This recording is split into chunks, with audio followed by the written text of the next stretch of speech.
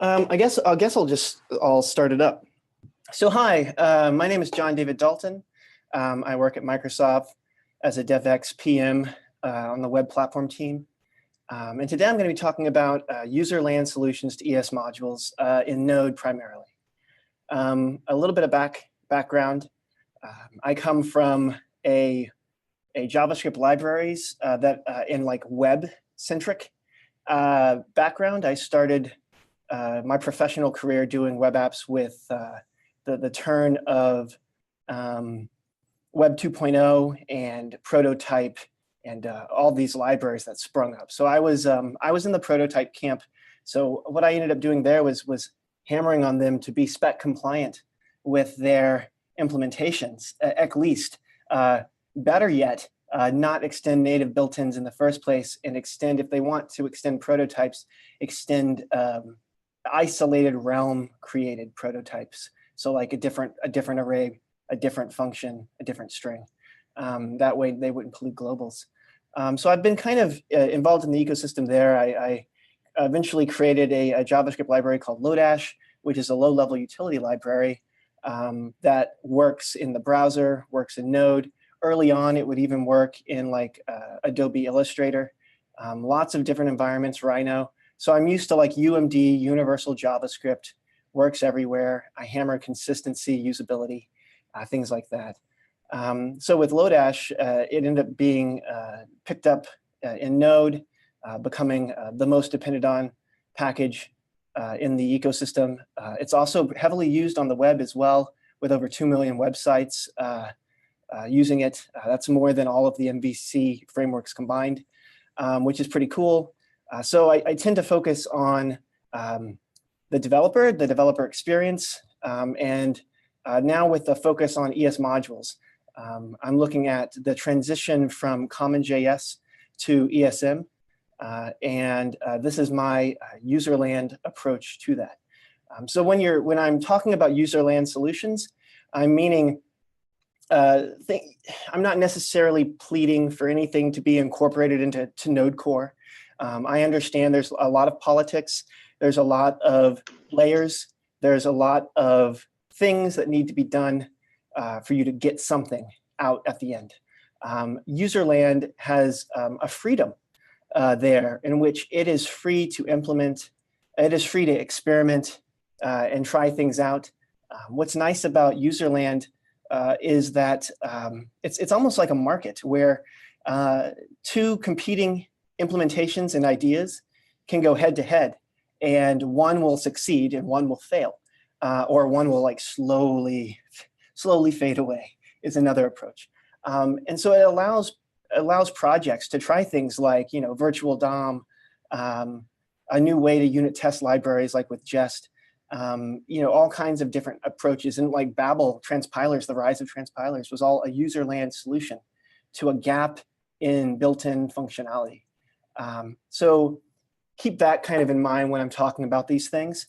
I'm not pressuring any one group to adopt anything. I'm saying, hey, this is how I was able to do it to create a better, more dev-centric, smoother migration path. Okay, cool. So with all of that like out of the way, and again, I'll be answering questions at the end, let's get into the presentation. Okay, so meet ESM. So ESM is a fast production-ready zero-dependency ES module loader for Node 6+. And what I mean is that there's actually a package you can use. So let's see how you do that. Getting started, we'll create a new ESM-enabled package. So from there, you can do npx create ESM. The Y flag is to just answer yes to all the prompts. This is similar to npm init. If you're not into npm and you like Yarn, you can say yarn create ESM. And then coming soon is npm init ESM. So these are different ways to create a project and start using ESM today. The focus of ESM is, as the module loader, is, and I guess you can't see me saying like lowercase with my hands, but like lowercase ESM, the package, the module loader, is that it should work with the ecosystem as it is today and allow you to step from the ESM today into the ESM of tomorrow. So it allows a migration. Cool. So if you want to, you can also explore with the REPL by doing node r ESM. You can see that this is kind of, I wanted to create a very smooth experience for enabling and starting to use ESM here. So with those couple of projects, I'm able to do that in this usage example here. Okay, so integrate. The ecosystem has kind of created a way to require code, and that is with require options. So you'll see things like this. Mocha R ESM, NYC I ESM. So that's unit testing code coverage bundlers here with Webpack R ESM. And these are just a few examples of the require options in these tools. You'll find them in several others. If you look at the repository, which I linked to at the end, you'll see more examples of this requires option that allows you to bootstrap ESM support in projects today, which is pretty cool. One of the more integrated examples is something like Ava. So Ava relies heavily on Babel for its unit testing. It's like a zero config kind of unit testing library where ESM just works. It also does things like top level await and some other stuff, I believe. But in this case, you can follow an Ava recipe to actually remove Babel from your testing requirement and just use the ESM loader, which is a much more stripped down, lightweight loader. Cool. And again, this one, it's using the require option of Ava. So zero configuration. I don't know if you've followed the Webpack versus Parcel.js, but one of the big things there is zero configuration. You want to get doing the thing you want to do fast without having to worry about configuration. So with ESM, it's zero configuration. It aligns with how ESM is done today. Okay. So that is there. So what does that mean? That means that you can do synchronous loading. Synchronous loading between CommonJS and ESM.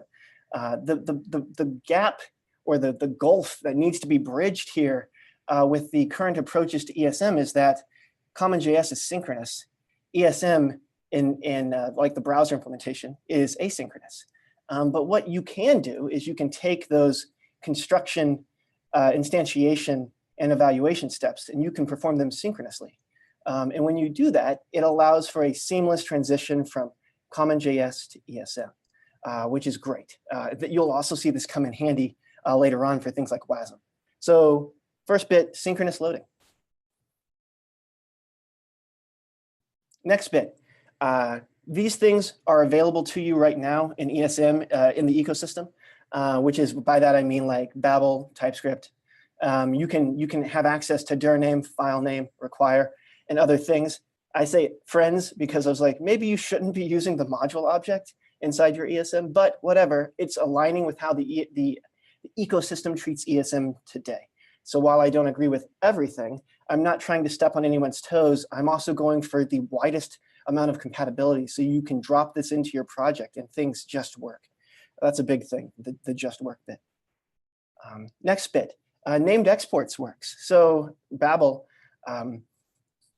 I really appreciate what Babel did in this space. It was an area where there was no support for ECMAScript modules, and they materialized usage patterns and support from nothing.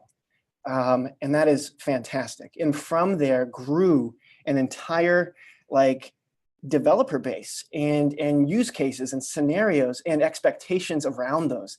And so one of those things that came out of that was named exports for CommonJS packages. And so I support that as well. So basically, if you're used to doing it in Babel, you can do it with ESM right off the bat. Live bindings. Babel simulates live bindings. We do a different way of creating live bindings, but it's still they are live bindings. So you can what you're used to or what you would expect in ESM, you can have with the ESM loader as well. So live bindings work. Live bindings of CommonJS packages work too, based on how we have it worked out in the current work in progress pull request for Node. The current work in progress pull request for Node is for built-in modules only. I've extended this to all because, again, that's where the ecosystem is in terms of like what devs expect with things today. Okay. The other thing with zero configuration is locking down the .mjs file format. So there is the ecosystem today, which is wide open, right? Like everything is supported. All kinds of stuff, all kinds of things are supported. But MJS is this future thing. And so since that isn't really the ESM of today, it is locked down. And by that, I mean, you can't do any of these other things in it. Anything that you're used to doing with the ecosystem, with Babel and all of that stuff is really restricted for MJS. You can't apply any ESM compatibility or interoperability options to the .mjs file. So you can only get bare bones functionality with it. So basically what's allowed in experimental flags today is what you get, not much more from that. So that's the other thing with being zero config. MJS is locked down without options to unlock it. Okay, right, sweet. So configuration plus. Hey, zero configuration is great, but devs have opinions, believe it or not, lots of opinions. Ask them about semicolons. So I give you the ability with ESM to support options. And I know that there's current proposals now to have like metadata inside your package.json, and that is nice. So you can do that with ESM as well. There's an ESM field, you can fill out the handful of options there. But you can also do .esmrc. This follows the Babel, the ESLint precedents there. So you can do .json, .js, .mjs. Hey, .json supports JSON 6 syntax, which is like JSON 5, but plus an extra little bit here, which is nice. So it suits your config preference. You can either go no config, you can put it in the package.json, which is nice whenever you're bundling, so you have one less file to include in your package. Or if you have a lot of config anyways, maybe it's nice to split that out. So you can do that. Another thing is you can also set it in an environment variable, which is pretty cool. I've seen this used for things like Wallaby.js, which is a VS, well, it's a code editing enhancement for real-time test running inside your text editor. And so one of the ways they used to do this was using the ESM options before it went to zero config and allowed interrupt by default. Cool. We also have a programmatic API, which is handy too, because configs are nice, but sometimes you want to touch that API, you want to make that function invocation, you want to configure it at runtime, because maybe you're loading it from some other kind of path or mechanism there for your options. So there's that. So it's mostly JavaScript, and that's mighty good. And by that, I mean the implementation of the loader is mostly written in JavaScript. A lot of times when I interface or talk with Node folks, they are very focused on what is possible in V8, what is possible in C++. But there's something freeing about writing your implementation free of the constraints of native. So here's some of the cool things. You need zero buy-in or tie-in to dependencies. By that, I mean you don't have to plead with V8 to expose an API. You don't have to ask the standards body to do this or that. You are free to experiment and create a working implementation without having to request work from other outside entities or dependencies, which is super nice. Faster development. So I've been developing this loader for a little over a year now. It was released publicly. It took 6 months to release publicly and then another 8 to do the stable release. And in that time, I've done, I don't know, more than 3,000 commits, which is, if you look at it, more than any individual contributor to Node in the last nearly 10 years. So that it shows you the fast-paced development that this can do. I was able to implement Node's loader rules and expectations in that time, like fully. I've got dynamic import, live bindings, URLs, all that jazz, right? So it shows you the pace at which you can get something done there when it's just JavaScript. The next thing is greater ecosystem support. And I've already been able to show you this with the fact that by default, the things that you're doing today just work. And that's because, again, I don't have to request work from other parties. I can also have the freedom to use native when possible, which is really cool. So for example, if I'm doing like a dynamic import and I want to use VM module to create like the namespace object or do something there in the future, I can, and that's awesome. And so I'm always looking at that VM module because I'm just looking at the goodies that I could potentially adopt, right? So more power to that. If anything, I would love to see a little bit more done there to kind of break it up a bit, but it's a good start. And so if things like that are available, I'll be able to use it. So cool. One of the other things, and I don't believe I touch on it here, so let's see. I don't. One of the other nice things is that because this is mostly JavaScript, it works independent of JavaScript engines. So right now, Node's ESM support is really tied to V8. But there's other engines out there, like for example, Chakra Node. And the ESM Loader, the thing that I've written, works in Chakra Node flawlessly. You can even, with just a few file changes, compile the ESM Loader into Node, have it be used as the default loader mechanism, and things just work.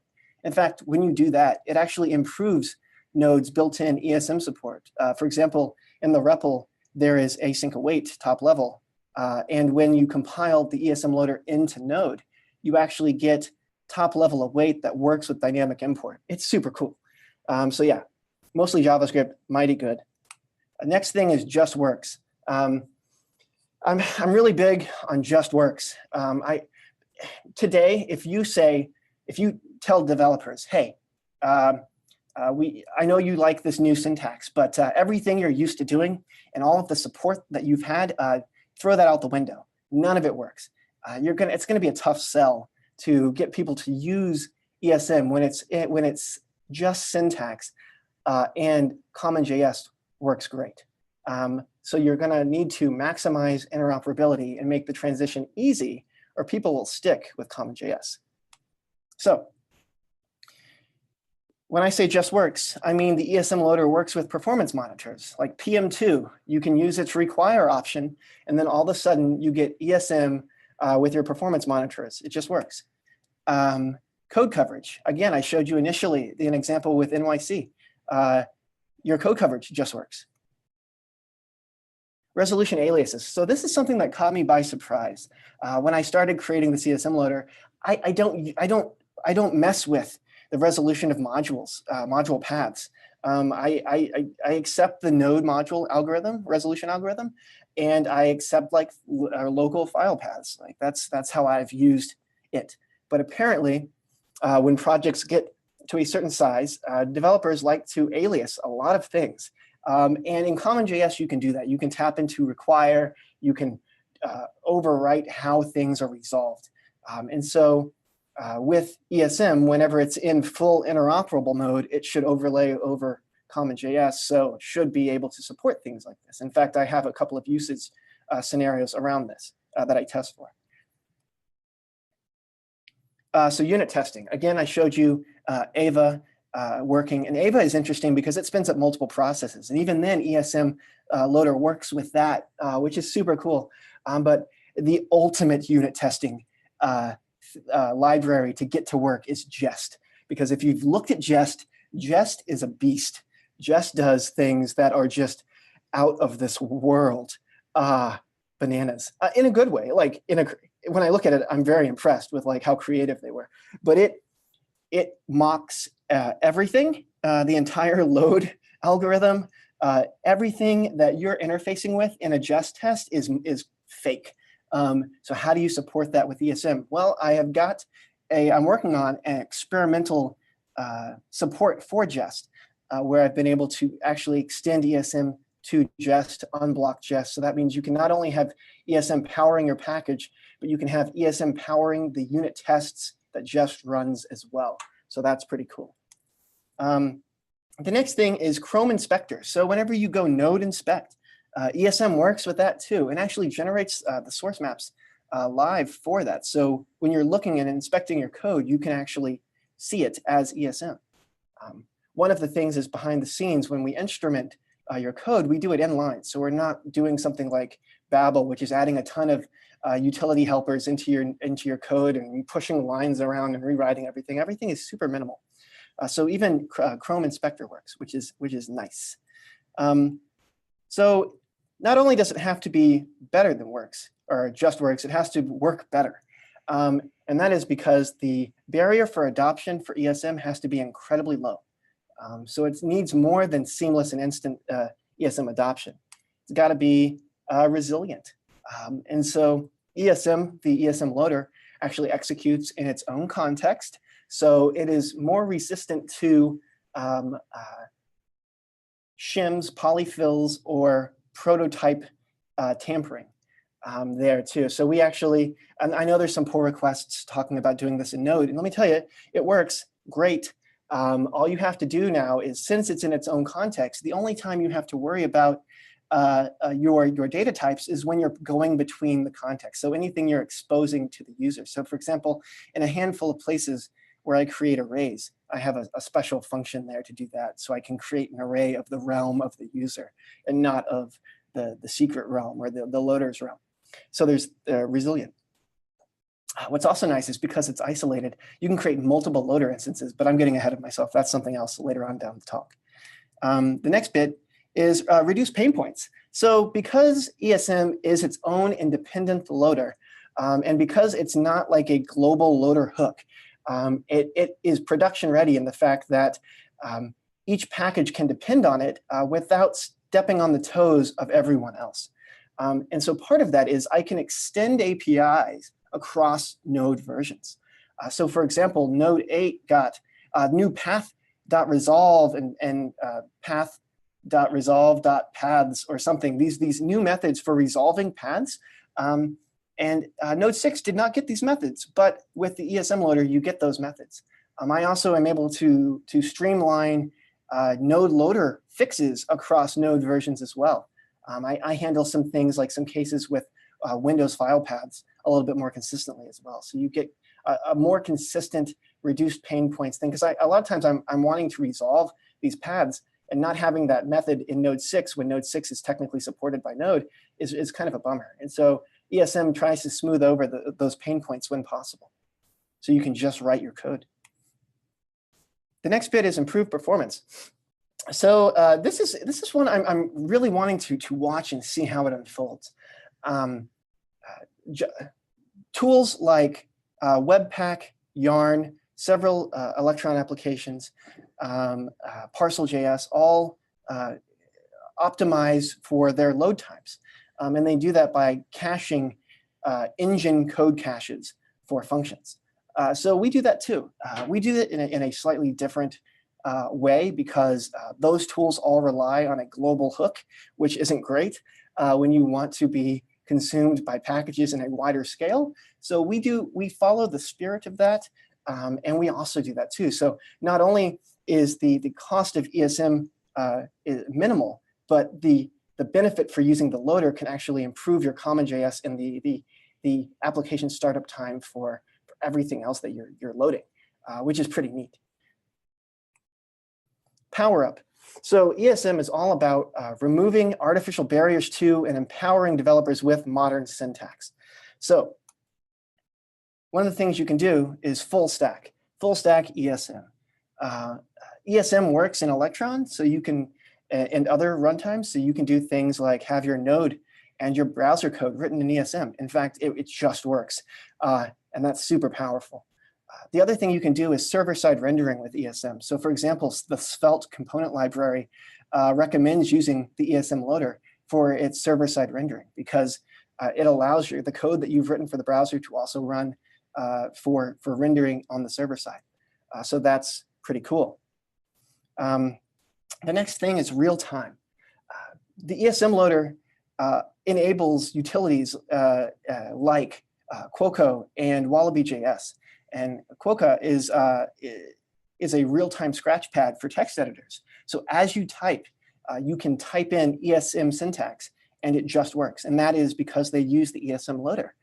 Now, what's nice about it is they didn't have to refactor their code base. They didn't have to deal with ESM-only loader hooks. They didn't have to fork for CommonJS and ESM. They didn't have to do anything but drop in ESM and things just worked. And then they were able to instantly get real-time ESM syntax, even on files without an extension. And that is because, and I'll get into this later, of having the ability to unambiguously parse. So what's next? There's plenty of things. Whoa, that's interesting. Sweet. Loader hooks. So as Guy had already talked about, that there are loader hooks being worked on. Now their API is shifting a bit. It's very experimental at the moment, but I've laid the foundation within the ESM loader to support these loader hooks because I do proper parsing and validation before execution. So that allows me to tap into all of the lifecycle and various hooks that are needed for these once they are ironed out. So cool. The next bit is node tooling benchmark. So I've been tasked with creating a node tooling benchmark. Right now, Node has benchmarks for web tooling benchmarks, which is where V8 tests against things that are primarily used in a browser or an engine agnostic way, which is great, I guess. But for a node-centric benchmark, it should really focus on node things, like, for example, Webpack, or Babel, or instrumenters, or loaders, or utilities, things like that. So I'm tasked with creating that benchmark. So on my things to do. The next thing is, I've already mentioned it before, but npm init, and then the create package name. I'm actually working with npm to implement this, teaming up partnerships. It's great. So I'll be doing that. Then the other thing is experimental WASM support. So I actually implemented this like 4 weeks ago, sent out a tweet, a GIF of it actually working. And what's nice is because there is a synchronous option, you can actually extend support to CommonJS as well. So you can load things consistently in CommonJS and ESM, WASM, and it just works. It's seamless, it's flawless, it's great. So that is the high level bit of the ESM loader. So now I figure, since this is talking to Node folks, we dig into a little bit more of the meat. So let's take a deeper dive.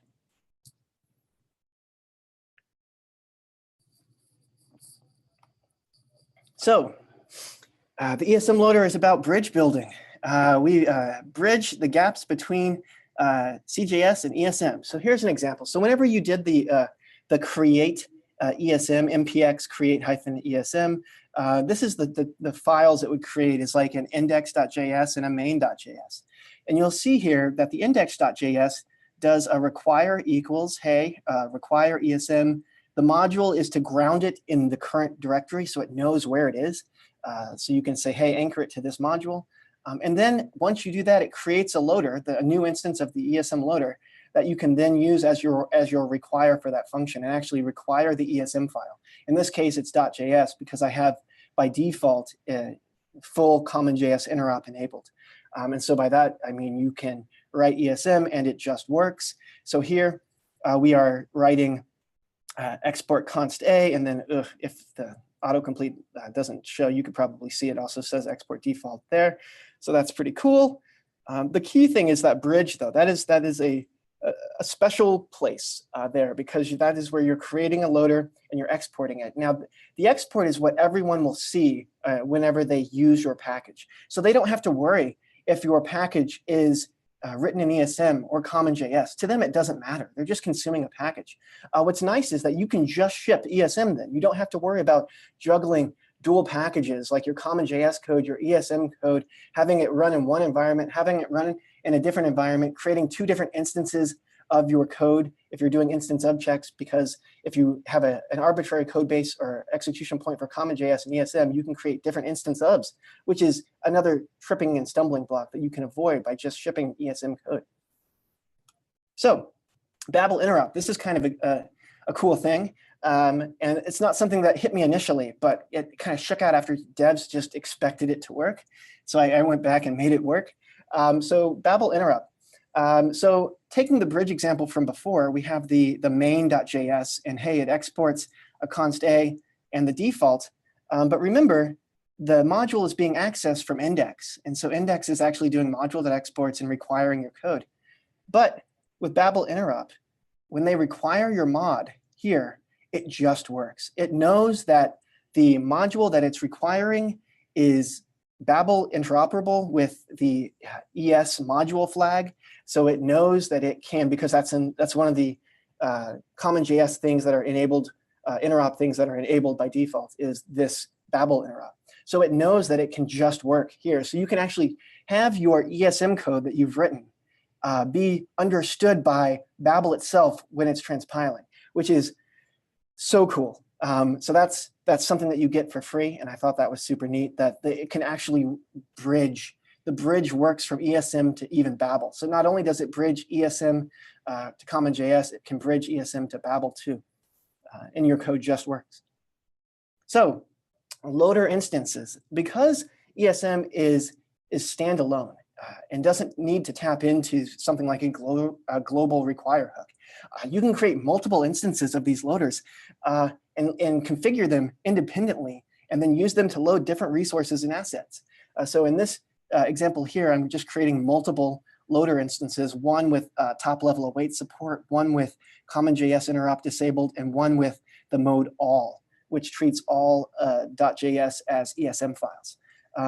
So you can do that. See, the options are pretty clean and minimal, and then also you can create multiple instances. Later on, I'm going to geek out on some of the things I've done to optimize this. So sweet, let's look at the pipeline. I've linked to a resource where Lynn talks about the ESM pipeline in the browser and the spec. And this mirrors it pretty close, like it mimics it pretty close. So let's look at this, the ESM module loading pipeline.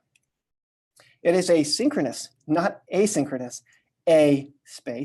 synchronous pipeline. So first, we parse. And then we validate specifiers and exports.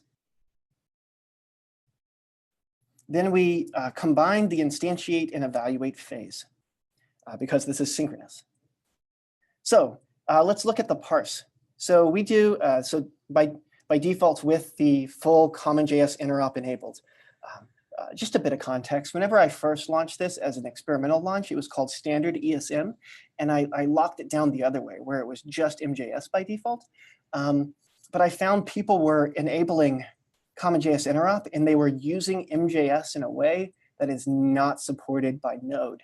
And so it started giving a false sense of like comfort with that, because they were treating it more like the .js is in the current ecosystem. So anyways, with unambiguous mode enabled, which is something you can opt in or out of depending on how you view the defaults, is this. If it's MJS, the goal is module. If the source has a static import, a static export, import.meta, or a use module pragma, then we parse as module. So I support those pragmas. Hey, remember y'all were talking about it, and I support it. It's great. I also support another one too, but let's just say use module. Great. Else it is the script goal. This is with unambiguous. Sweet. So let's look at the validate bit here. So this is in CJS interop mode again. Always keep in mind, this is with interop enabled. The validate does this. Resolve module specifiers. If the module goal, then validate the requested export bindings of the module. If it is not, punt validation to the evaluate phase. This is handy for CommonJS validation of exports. So this is something that the current node approach can't do yet, because the way that I have to combine the instantiate and the evaluate phase, I can get away with being able to do this. So it would be handy if there was a native way to do this. But for now, this works. So now the instantiate and evaluate phase. So we link up the exports and import and export bindings. This is done with hoisting and all of that. We validate the CJS exports at this time, at the time of linking everything up.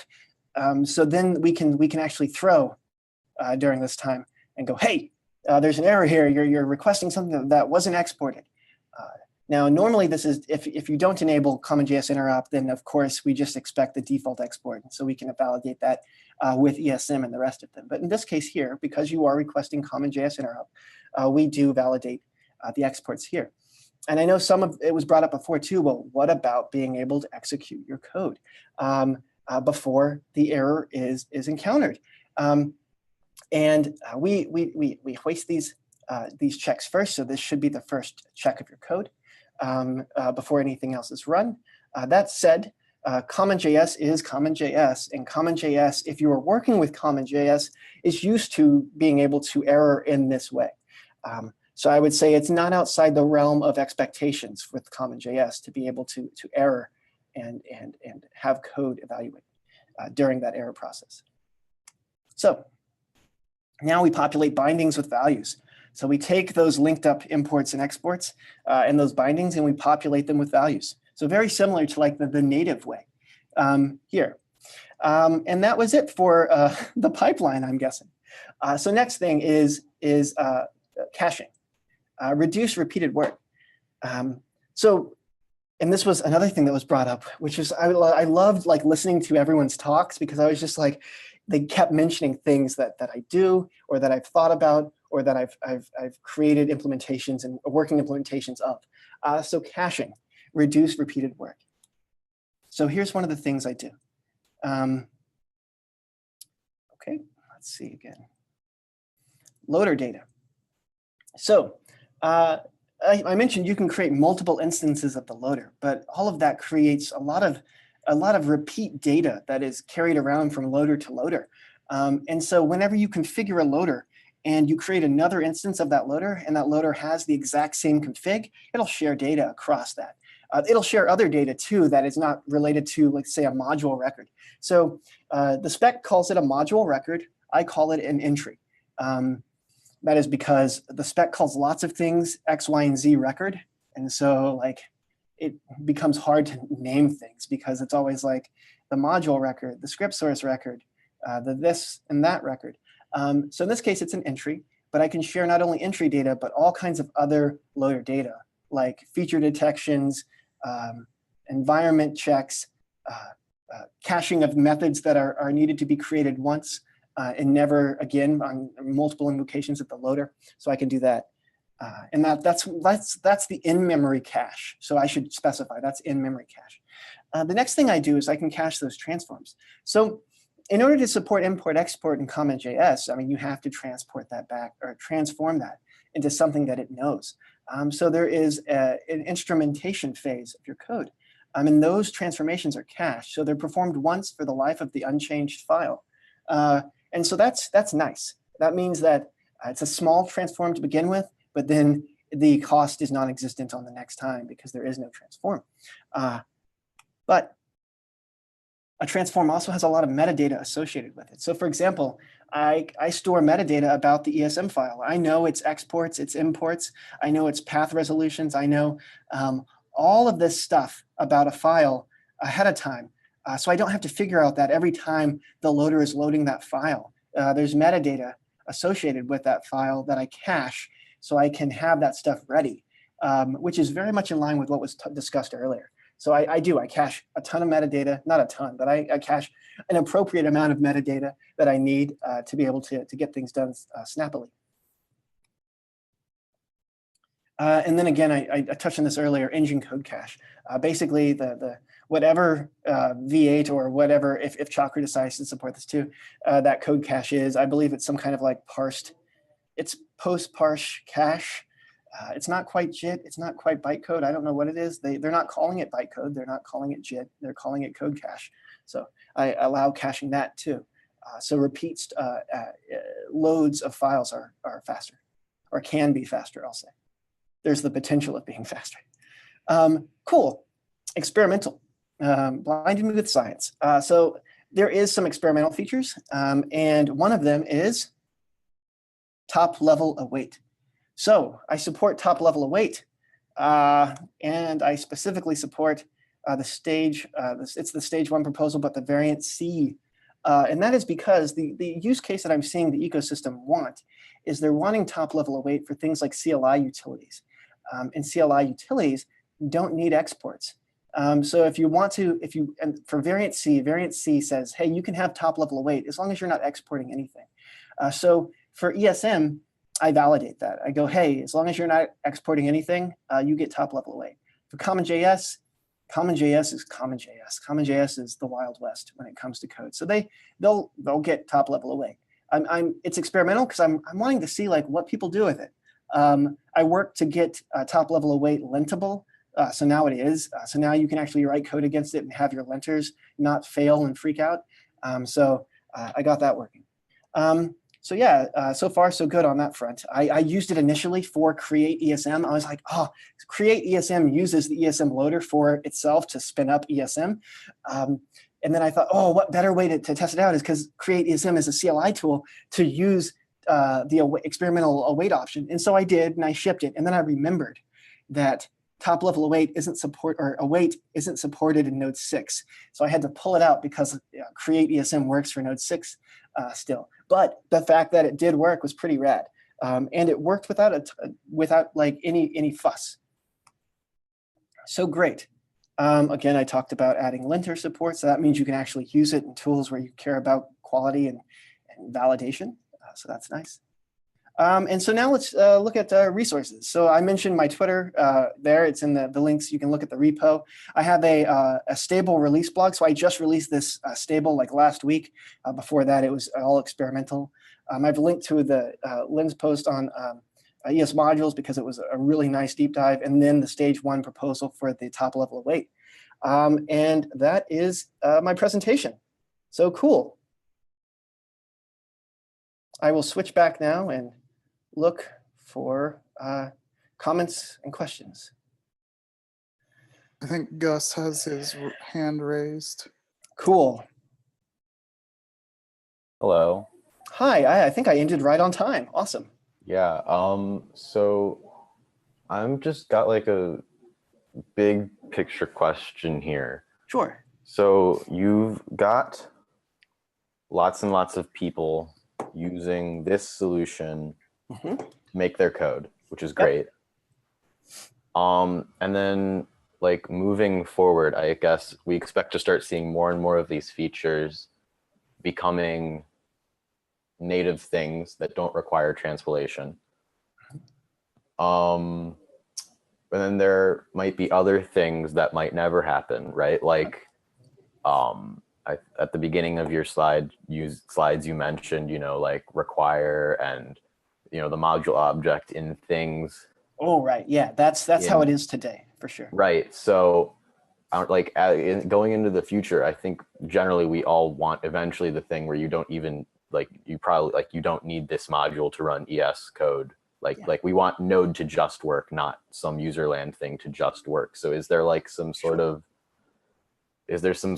like plan that you have for having node and this converge at some point, or like honestly trying to get node to agree on anything is really tough. So what I can do in userland is just show implementations in like one possible view of how it can be done, and they can take the bits and pieces from it that they dig or that they see has value. For me, the seamless experience is super nice and super compelling. So I like being able to pick up ESM today and get working without having to rewrite my code base, without having to ship dual packages, where my code coverage and all this stuff just continues to work. but Node, I know there's right now there's a couple different camps in Node. There is the greenfield approach, which I cover a little bit, I hint at indirectly in my blog post for the release, where I say like, hey, I've lived through the Web 2.0 days. I know which approaches work and which ones don't. And telling developers their current way that they're doing things is all wrong and they need to scrap everything and start over is not a winning approach. But that is a camp. So there is people that do say like, we want to break everything. We want ESM, this new ESM, to be a chance to start over. And I think it's a little late for that with CommonJS. So to answer your question, there is a migration path. Initially, I said I had standard ESM lock everything down to just being what Node's path was, and then you could unlock compatibility. All I did was flip the default.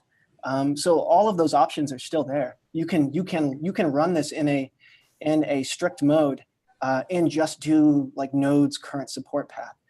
So what was nice about starting from one end and going to the other is I have the entire transition and compatibility process, like migration path, done. So you can opt into all these individual CommonJS interops. And what's also nice is because this is an ecosystem package, I'm not tied to a Node release. I'm tied to Symver. So if I want to make changes that are breaking or want to slowly walk devs up to, like say the ecosystem changes, and right now how everything is kind of like everything is supported, named exports, dir name, file name, and all that stuff in ESM.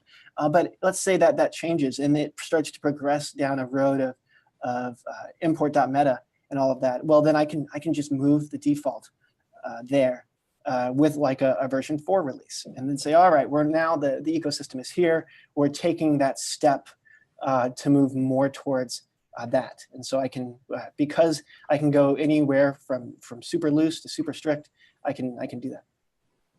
Thank you. Yeah. Just one other thing that I sort of like stuck out to me is I think it was like last week whenever you released this, you renamed the package. Yes. I'm just wondering like to like people entering the ecosystem for the first time, they'll be seeing lots of ESM in the same context, but meaning two different things. I'm just wondering, like, I'm just worried about that. For me, it was a really clean way to do usage. So to spin up a new project, to work with the existing R and require options, having that consistent name was something I really liked. And one of the other things that ecosystem tends to do is make something easy to reach for. And so in this case, adding things like npm init or yarn create, or those kinds of things make it easy for a developer to reach for. And so that's why the name change was a nice to have. I could have done it without it, but it sure does make a nice, consistent usage story with it. Okay, yeah, that's all I was wondering. Cool. Any other questions? We're over time. Oh, okay. Well, I will say this. Look, you can find me on Twitter. My DMs are unlocked. I'm on Google Hangouts. You can chat with me anytime about this, email, whatever. I think from the Node standpoint, I know that there's lots of things that says like some people are like, this will never land, and that's fine. But think of the Userland approach as kind of like a what is possible. And like if you want to experiment with something and you're not sure how it will land, you can always reach out to loaders like the ESM Loader and say like, hey, what about trying this mode here? We want to see how users react to this or that. And I can just spin up like an experimental flag for it and get that shipped out. So we do have two things on the queue. Cool. So maybe we'll just touch briefly on them and not go in depth. Okay. Clarifying question from Jeremiah: is this 100% spec compatible? Well, I mean, so by spec you mean the TC39 spec. It is as compatible as I can make it. There are some cases where I'm actually improving. So because the pace of development is faster, I'm doing things like right now we currently warn when we think you're in a temporal dead zone. But I actually have a work in progress patch to actually throw the appropriate errors when you are in a temporal dead zone. So there's no more guesswork there, which is nice. So we try to be as spec compliant as possible, and if not, we give developers the appropriate warnings that, hey, something is not quite right. I've even done things like I support a val use with dynamic import, and that was something. And I would love to be able to use vm.module to support it in like the function constructor too. So I'm always on the lookout for stuff like that. But yeah, I don't go out of my way to break the spec. Like we don't support custom import syntax or anything like that.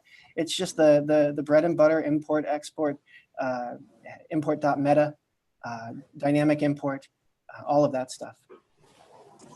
I don't know, at least for me, I was curious about a bunch of stuff we alluded to not being doable in the spec while you were presenting. Oh, sure. And I also am of the stance of as long as they aren't barring it and they say that implementations can do something, then I opt for that. So for example, the use module is not in the spec, but they don't bar its existence.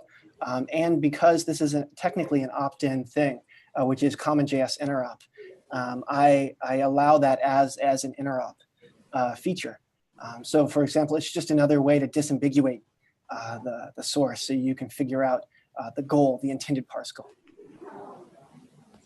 Okay, well, we can follow up afterward somewhere. Cool. I also had a topic. You presented on your tool, but do you have any other things to say about other tools in Userland? It seems like other ecosystems are still thriving. Other ecosystems are, and one of the things I would like to just as a tone thing is I know that some members of the Node module group tend to see things like Babel as the enemy, and I would just say like, hey, Babel was there when there was nothing, and they created an ecosystem that wants to use this syntax. So I would say, like, think of them less of that. Like, yes, they make your job difficult, but that's because they've created an awesome experience. And so, like, you should see that as a challenge, right? Like a challenge. I'm going to do this better. I'm going to make this more interoperable. I'm going to make this something devs want to use and reach for, right? So that's what I would say to that. Other tools, I mean, they're all pretty similar. TypeScript with they do typing too, but they also allow you that ESM support, and same with rollup. All of those tools are great.